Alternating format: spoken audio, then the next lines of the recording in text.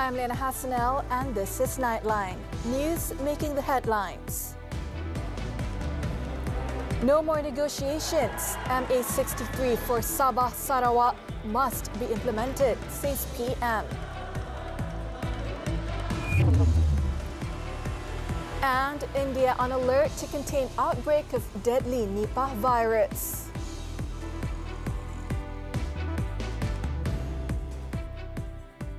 Good morning. Prime Minister Datuk Seri Anwar Ibrahim has given his assurance that he will fulfill all the promises that were made under the Malaysia Agreement 1963 MA63. He stressed that the matter was his responsibility, adding that some of the agreements stipulated under the MA63 for Sabah and Sarawak were no longer up for negotiation but for implementation.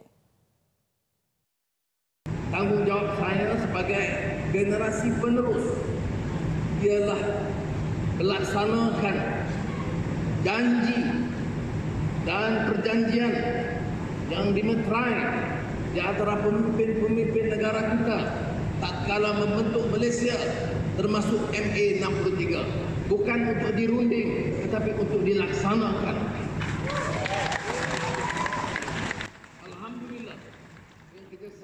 He said this in a speech at the national level Malaysia Day celebration held at Stadium Perpaduan in Petrajaya, Kuching on Saturday night. Anwar also said the grouses raised by the people of Sabah and Sarawak to the Yang di-Pertuan Agong Al-Sultan Abdullah Riayatuddin Al-Mustafa Billah Shah and Raja Permaisuri Agong Tunku Azizah Aminah Maimunah Iskandariah during the Kembara Kenali Borneo tour will be studied and resolved accordingly by the government's machinery. After officiating the Malaysia Day celebration, Anwar also signed a special book to commemorate the event, which was attended by more than 3,000 people. Also present at the ceremony were Acting Yang di-Pertuan of Sarawak, Tan Sri Muhammad Asfia Awang Nasar, Sarawak Premier Tan Sri Abang Johari Tun Opang, and Sabah Chief Minister Datuk Haji Jinor.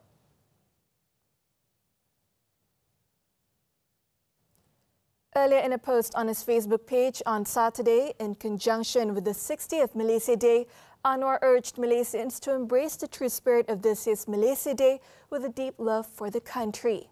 The Prime Minister also called on the people to demonstrate kindness, compassion, and strengthen unity among the various races. He also expressed confidence that the country is strong and able to leap forward if all Malaysians are bold enough to reject prejudice and foster understanding and love. Meanwhile, Deputy Prime Minister Datuk Seri Ahmad Zahid Hamidi called on Malaysians to appreciate the meaning of the historic Malaysia Day celebration. He also said in his Facebook posting on Saturday that although Malaysians are born with diverse backgrounds, that should not be a hindrance for the people to maintain the harmony. Bagi memastikan apa yang telah terbina selama ini, teruslah kita kukuhkan dan utuhkan dengan sederap bersama mengangkat Malaysia Madani demi tekad perpaduan untuk memenuhi harapan. Selamat Hari Malaysia. Deputy Prime Minister Datuk Seri Fadilah Yusof, in his Malaysia Day message on his Facebook page, also called on the people to strengthen the bonds of brotherhood and the solidarity of the various races in the country, to fully appreciate and celebrate the formation of Malaysia with a sense of pride and national spirit. He also said that all Malaysians must appreciate everything that the country has through a spirit of togetherness, because the strength and progress of the country are the result of a common struggle. He added that Malaysia Day should also serve as a platform to integrate Sabah, Sarawak, and the peninsula towards a more sustainable development agenda for the sake of Malaysia's survival. Malaysians in Indonesia have been urged to uphold their nationalism sense and solidarity to protect the nation's sovereignty from any threats. This was conveyed by the Malaysian ambassador to Indonesia, Datuk Said Mat Hasrin Tengku Husin, during his speech at the 60th Malaysia Day celebration at the Embassy Complex in Kuningan, South Jakarta. Saya percaya kita semua yang hadir di sini adalah patriot yang akan terus melawan dan bersatu mempertahankan kedaulatan tanah air tercinta dari ancaman sebegini. Syed Mat Hasrin said that the embassy and the permanent mission of Malaysia to ASEAN are also committed to promoting and safeguarding the country's interests, including the welfare of the Malaysian people.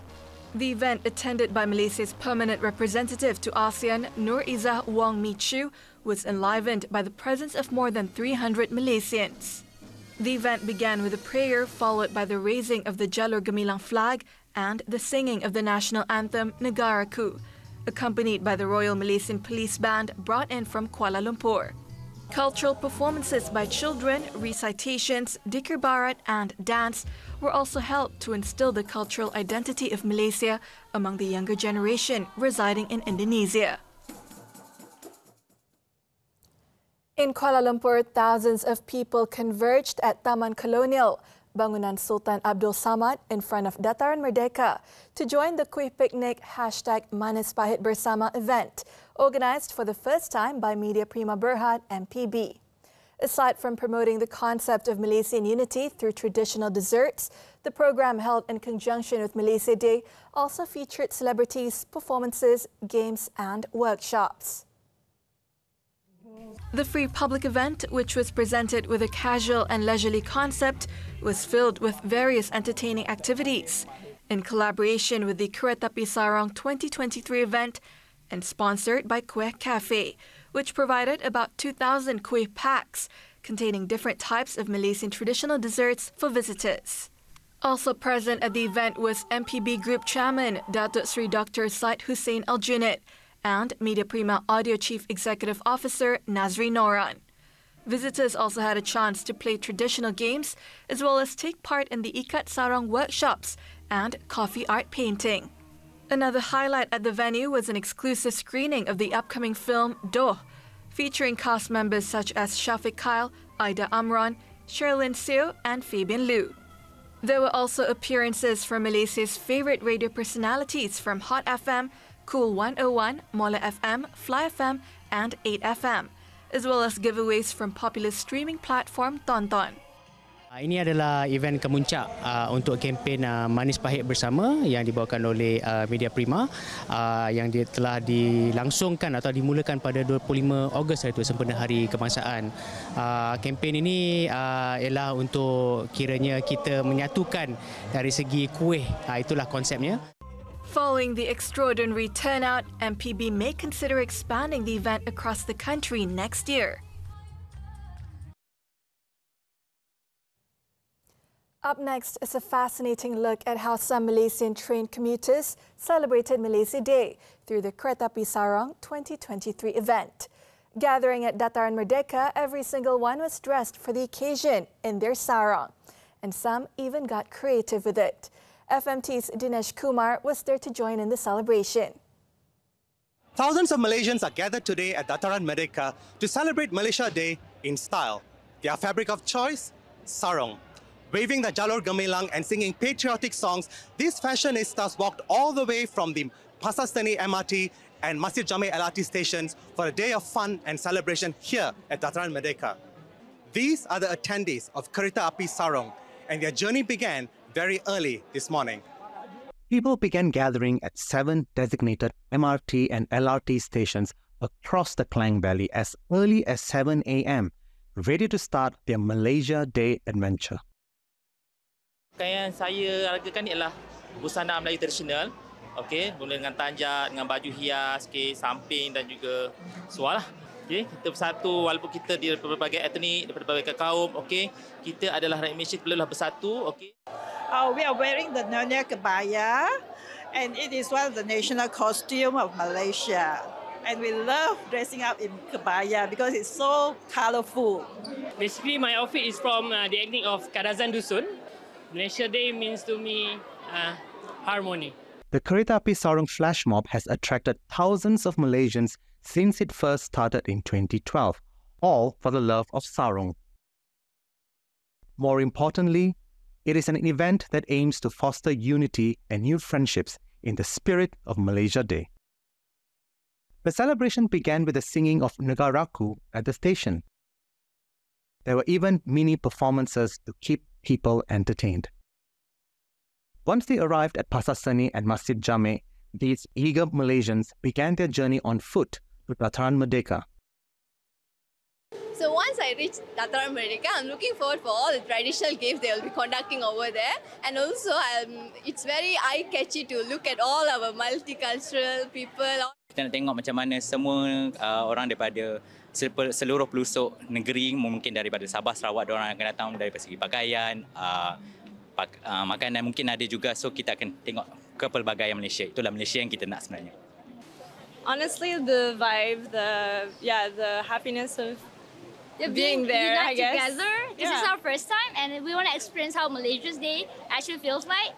Exciting activities awaited the attendees, from traditional dances, music and storytelling sessions to traditional games, and even a sarong tying workshop. Tapi sarong is just a symbolic event. So it's just like our idea is to bring Malaysia as a whole, as a one nation, one together, regardless our background, our difference, our value. But at the end of the day, we are here as anak Malaysia, and despite whatever people want to say, what happened in politics whatsoever, but we still here. We love Malaysia as a whole. Today, the humble sarong may have united Malaysians from all walks of life. But what really holds us together as a nation is something much deeper. Selamat Hari Malaysia. Dinesh Kumar, FMT Lifestyle. Pasar Borneo, also known as Borneo Market in Sri Kembangan, Selangor, holds special significance on Malaysia Day. Established 7 years ago, the market not only showcases the country's diverse culinary, but also its cultural heritage.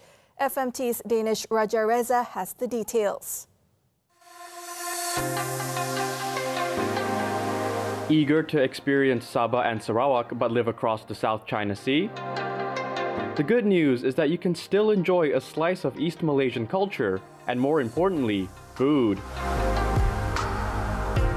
Pasar Borneo in Sri Kembangan offers all the culinary delights that will give you a taste of the Bornean states. Established by those hailing from the land of the Hornbills 7 years ago, the market sells various delicacies like mikolo, kuih lapis, tarap, and dabai. Pada masa dulu, memang makanan produk-produk Sabah dan Sarawak susah nak didapati di Semenanjung. Jadi, apa kata kalau kita tubuhkan satu pasar untuk market, untuk kita berniaga. Jadi, mulai dari itulah kita objektif utama kita untuk memenuhi permintaan. Selain dari itu, kita cuba nak menggalakkan budak-budak yang Sabah Sarawak tapi yang lahir dekat sini untuk lagi kenal kepada dia punya kebudayaan. Dan kalau you perasan bila you pergi ke certain gerai, diorang masih berbahasa dengan bahasa sendirilah. So itu salah satu jugalah tarikan lah. So orang yang dah lama tak cakap bahasa Iban ke Kadazan Dusun, diorang datang sini, diorang start boleh praktis balik. So salah satulah dia punya keunikan. Not only does it offer a new experience for those who have never been to Sabah or Sarawak, the market serves as a cure for homesick East Malaysians living in the Klang Valley. I'm glad I finally found out about this place because being Sabahan, we really crave about our Sabahan food, and then it's difficult to find it here in West Malaysia. So once I found out about this, and then I'm here, and I'm just like so excited, and I'm so glad. It's kind of like, what to say, I'm so happy. It feels like home finally. We asked a few market goers and vendors about their recommendations for West Malaysian visitors to the market. Makanan kalau nak datang kat sini, yang wajib lah kolok mi. Wajib, dan ni lah penyaram, kek lapis. Saya pun ada buat kek lapis. For now, I think you should try the durian dalit. Yeah, now in Sabah there is a season of durian dalit. Durian dalit only came from Sabah. With many moving to the Klang Valley to further their studies or work, Pasar Borneo helps preserve and promote East Malaysian culture. The market has become a touchstone for many Sabahans and Sarawakians, allowing them to stay connected to their roots far away from home. It's where culture meets unity, where tradition meets innovation, all through the magic of food. In every bite, it's a celebration of Malaysia's rich culinary and cultural tapestry. Danish Raja Reza, FMT for Nightline. In conjunction with the 90th Malaysian Armed Forces ATM Day on Saturday, Yang di-Pertuan Agong Al-Sultan Abdullah Riayatuddin Al-Mustafa Billah Shah prayed that the ATM would continue to be a respected force on the international scene. As the Supreme Commander of the ATM, Al-Sultan Abdullah commended and expressed deep appreciation for the services and sacrifices made by the present and former army personnel in protecting the country's sovereignty and security. In a Istana Negara Facebook posting on Saturday, the King also wished a happy 90th ATM Day to all members and veterans, as well as those who have served the armed forces. Al-Sultan Abdullah also expressed his appreciation to the families of ATM members who were killed on duty and prayed that their souls be blessed and be placed among the pious. ATM Day is celebrated on September 16th every year, and this year's theme is Country Sovereignty, a Joint Responsibility. Australia endures uncommon spring heat. News from the foreign front after this breather.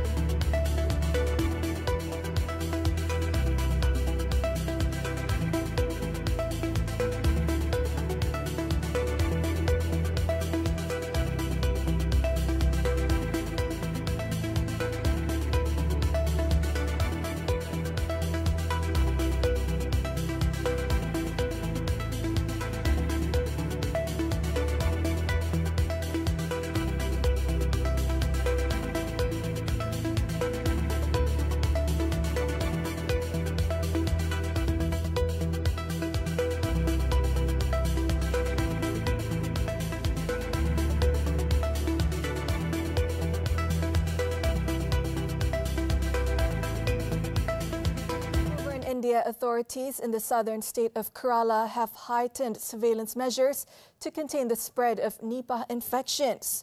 It was reported that measures have been stepped up in Kozhikode district, where so far 6 cases have been identified, 4 of which are active and the remaining 2 died. According to its state-run broadcaster, 1,080 people have been so far included in the contact list of Nipah-infected patients in Kozhikode.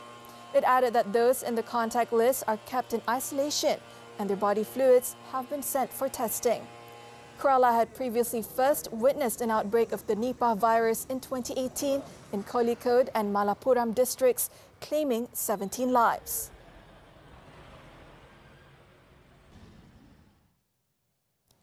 After churning for more than a week over the Atlantic Ocean, Hurricane Lee closed in on New England and Atlantic Canada on Saturday and is likely to make landfall as a tropical storm with drenching rains, powerful winds, and a dangerous storm surge. The Canadian Hurricane Centre projected Lee would make landfall in Nova Scotia or later in New Brunswick with winds below hurricane force. The potential path could take the storm right into the Bay of Fundy, which separates the 2 provinces and has one of the highest tides in the world, with a difference between high and low tide as much as 12 meters. The U.S. National Hurricane Center, meanwhile, issued a tropical storm warning for hundreds of miles of coastline from Massachusetts to Nova Scotia, affecting some 9 million people. Australia weather forecaster on Saturday said that large parts of the country were in the grips of uncommon spring heat on Saturday, forecasting that record temperatures could be set on Sunday. According to the Bureau of Meteorology data in Sydney, capital of Australia's most populous state, New South Wales, temperatures hit 34.2 degrees Celsius, more than 12 degrees above the September mean. The Weather Bureau also said that the early period of heat in many parts of the country was uncommon during September, adding that the temperatures will intensify from Sunday through Tuesday. The heat burst came after the forecasters said that indicators of an El Nino weather event had strengthened and it would likely develop between September and November, bringing hotter and drier conditions to Australia.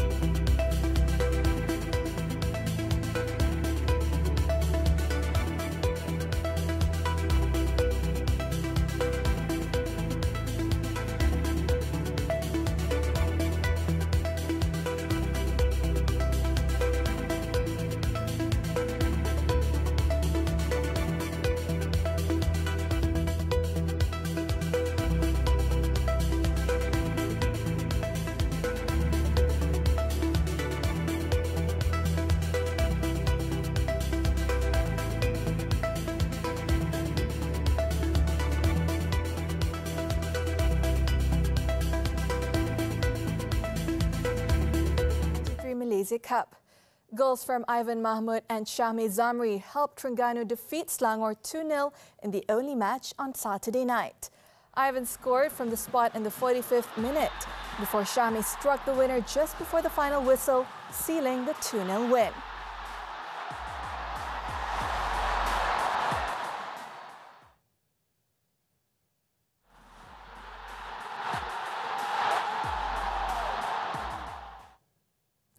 Turning to badminton now, the 2023 Hong Kong Open. Top national women's doubles pair Buletin and Tina are on course to claim their first title this season after cruising into the final.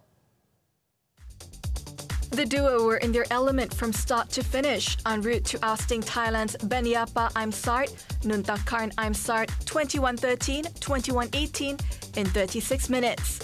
Buletin will face 7th-seeded Apriyani Rahayu, Siti Fadia Silva Ramadanti of Indonesia in the final.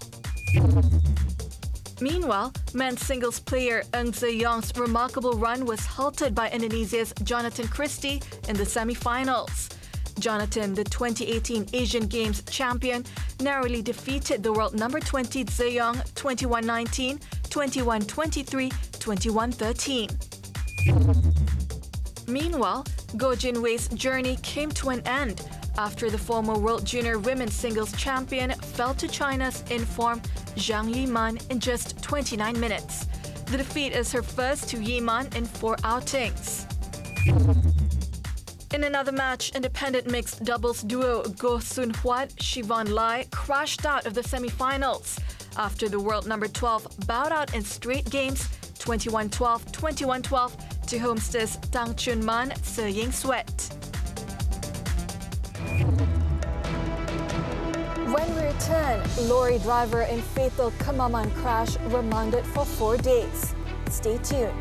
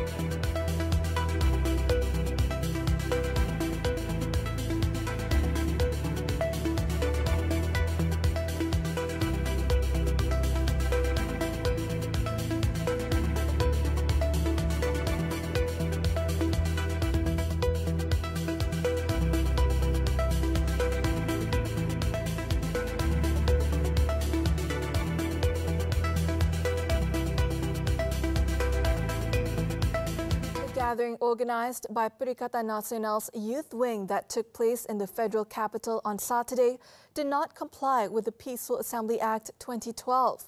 Kuala Lumpur Police Chief Datuk Alauddin Abdul Majid said police will review details gathered from the rally before deciding on the next course of action. Jadual keempat Seksyen 10. So format ni ada dalam akta. So dia bukan soal hantar satu surat kira memadai. Tidak ya.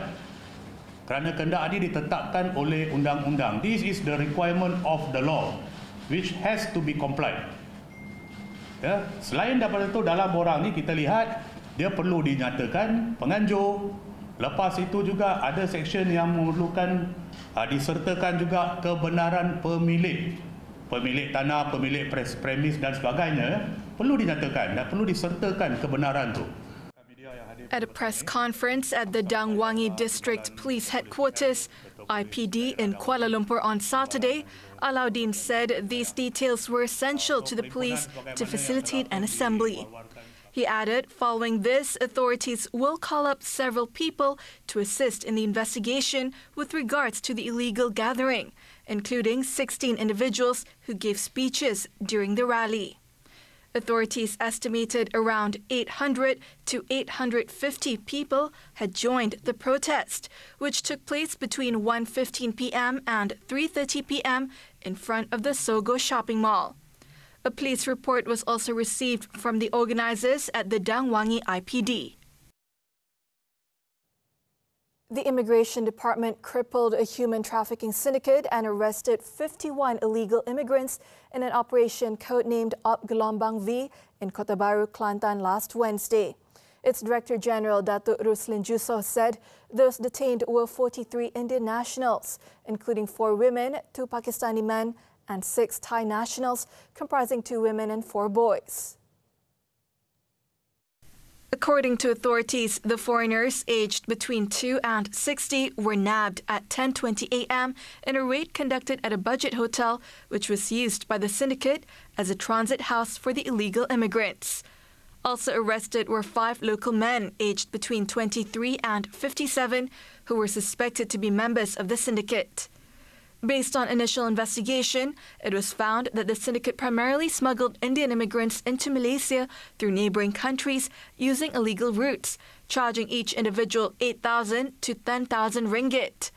The department also seized 5,300 ringgit in cash, 42 passports purportedly issued by the Indian government, and 4 vehicles believed to have been used to transport the foreigners to the transit location.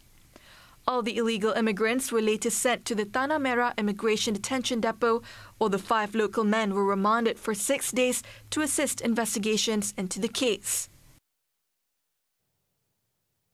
In Terengganu, a lorry driver who was involved in an accident in Kemaman that tragically claimed the lives of 3 members of a family has been remanded for 4 days. Judge Wan Suhaila Muhammad issued the remand order starting Saturday at the Kemaman Sessions Court. The 44-year-old suspect was arrested following the crash to facilitate investigations into the case under the Road Transport Act. Earlier, Kemaman Police Chief Superintendent Hanyan Ramlan stated that the urine test conducted on the suspect showed negative results for drugs, and the man also had no previous criminal record. In the 2 p.m. incident, a father and his 2 young sons, aged 4 and 1, died, while his wife and the couple's adopted son was seriously injured after the MPV the family was traveling in was hit by a lorry laden with sand. It was believed that the lorry had brake problems before crashing into the MPV.